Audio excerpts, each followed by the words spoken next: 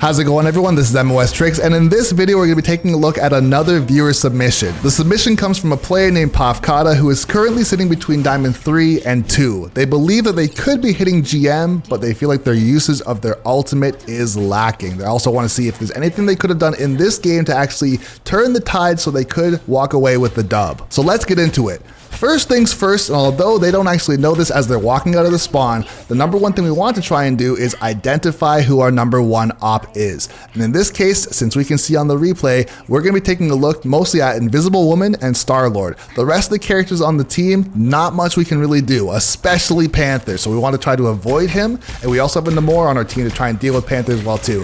If we can help as far as cleaning up kills, that's great, but we're going to be wasting a lot of time trying to catch a character that is just way too fast for us. So if we can try to isolate the Star-Lord or the Invisible Woman, those are going to be our targets. Unfortunately, right here, losing our Iron Fist to the Star-Lord, also losing our tank to the Loki, so we're already going to be in a bit of shambles here. Going to have to back up. Panther going to be running rampant in the streets, so not much we can really do. Losing another player to the Panther, losing our other healer, and we absolutely here have to back up for sure. Gonna have to reset with the team. Panther just rampant, going crazy, and that's one of the things. Not a lot we can really do unless we have a team fight against that one character and trying to isolate him, or if Namor can absolutely start cooking. We do have an Invisible Woman who can try to defend herself with the push, but against a Panther, it's just very difficult to land the push, let alone actually kill him. So here we're just resetting, just trying to make our way back on. Dagger does have her ult, so she's gonna be able to push onto the point right here. We can try and make something happen as well. We definitely are gonna have control of the point, everybody getting backed up. We got to pick on the Loki, which is great.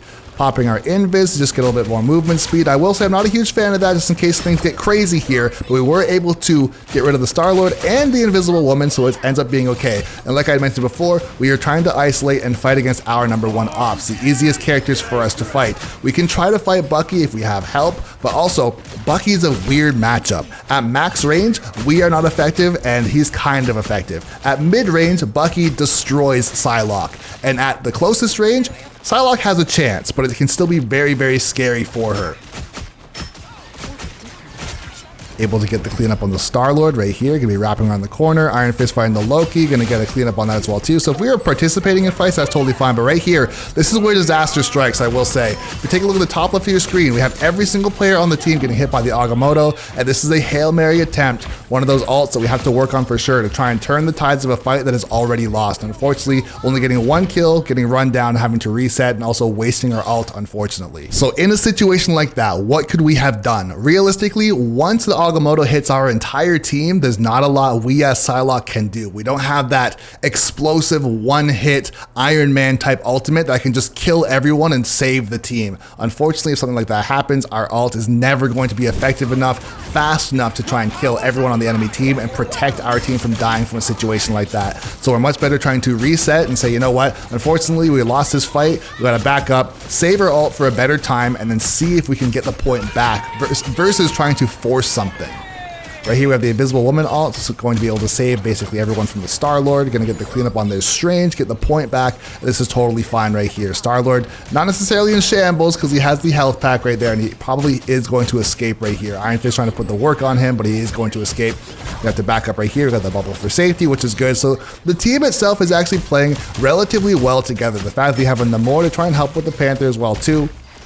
We aren't pushing up too crazy here as well. No one's just like in another zip code trying to kill the back line when there's absolutely no chance. And right here, we're just peppering for our ult charge, but we're going to see another faulty ult come out right here. And this is one of those situations where it feels like, oh, we have a chance to do so much. We're gonna be able to get like 6 kills right here. And I will say we were able to get the Invisible Woman and force the Dagger ult. But once again, on paper, it looks good. We got a kill and we forced an ult. What's wrong with doing this? It seems like there's nothing wrong with this. But here's the problem. If they actually push onto the point like this, and we have both of our healers go down, there's nothing we can do now. We have to just reset before we get destroyed. We're kind of by ourselves. We have no X factor to try and bring anything back. We're fighting for our lives, trying to hold the point down. We're by ourselves, and we should have just been resetting. We did get the 99, but now we are ultra staggered, which is not going to be a good thing. But here we do have the portal going down. We lose on Namor right away, unfortunately. We actually get destroyed instantly right there, and now we are even more staggered. Dagger trying to make something happen, putting their ult on point, but they're simply by themselves. They have no DPS, missing the Invisible Woman, and we're now trying to walk back. We have 3 players on point fighting for their life, just trying to make something happen here, getting back to the portal again.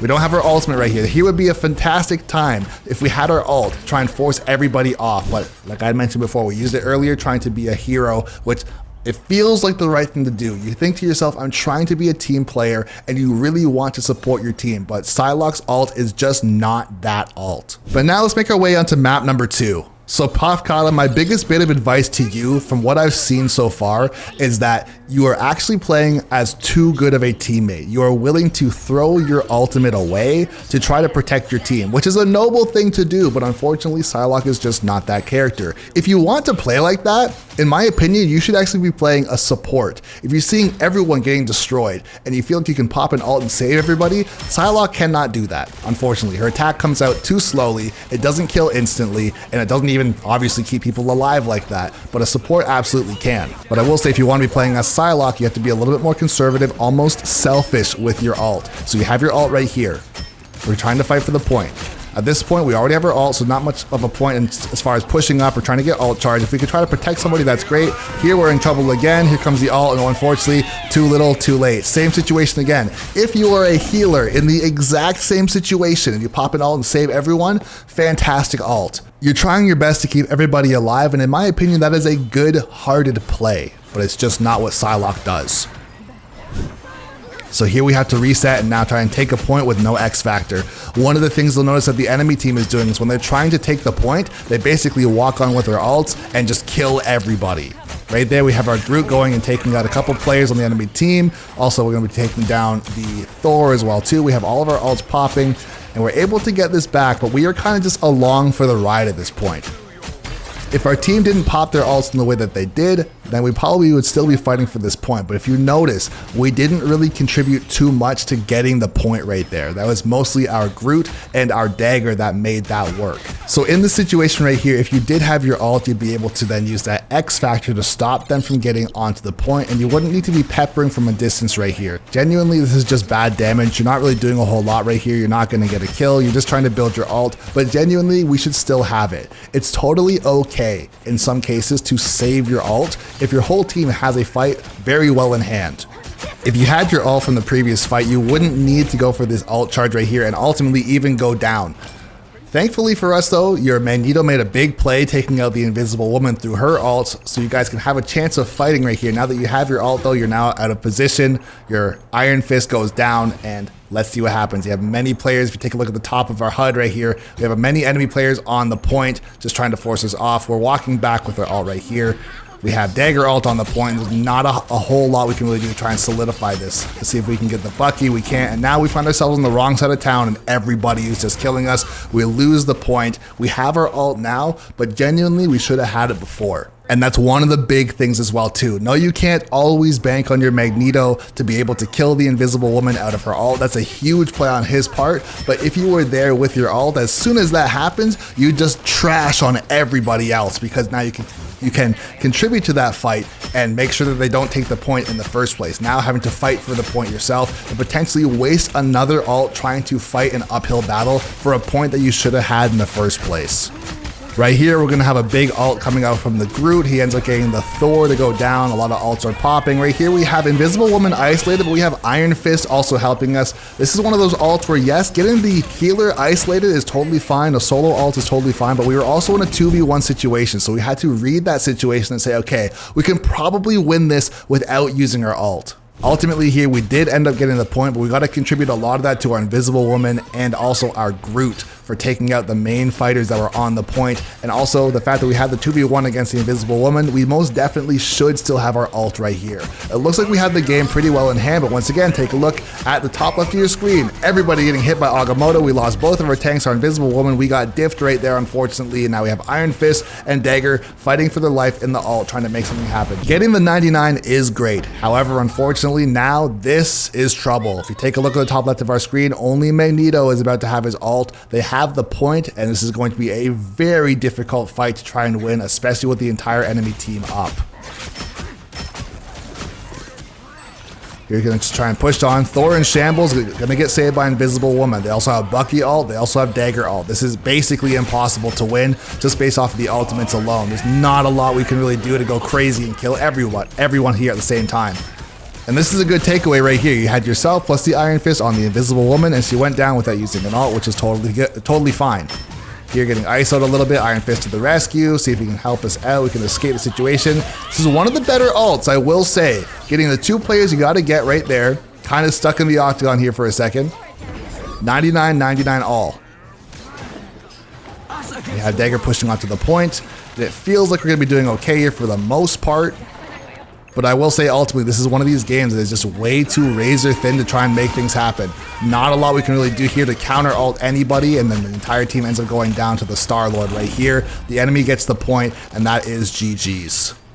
So what could we have done better? As a whole, the biggest thing for sure is, like I had mentioned, trying to not waste your ult to try and be a hero in a lot of situations. You want to use it to counter the enemy on the point rather than trying to use it when you already have the point solidified, or even worse, your entire team is already dead. The Strange on the enemy team was quite good. He landed some insane Agamottos in this game, and it made it very hard for you guys to actually fight back against that.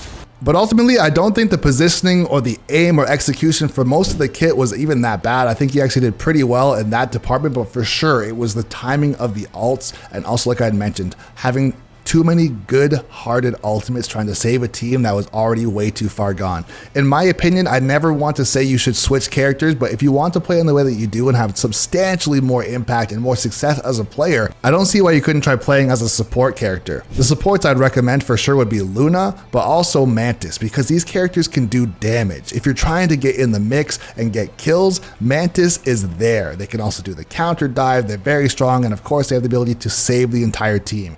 If you're trying to stick with the Psylocke, I would absolutely recommend making sure that if you're going to use your ult, the enemy does not have all of theirs already popped, and there's nothing you can do. You either have to try and pop yours first to initiate the fight so that they waste their ultimates saving their team, or you have to make sure that you're tracking the enemy's ultimates and make sure that they don't have them so that you can just go ahead and do it and there's nothing they can do to stop you. And with that, guys, that is going to be it for the video. Once again, Pafkata, I do appreciate the submission. If you're someone who's interested in submitting a replay for a review, please check out the description of this video on how to do it. And once again, this is MOS Tricks saying thanks for watching the video and have a great rest of your day.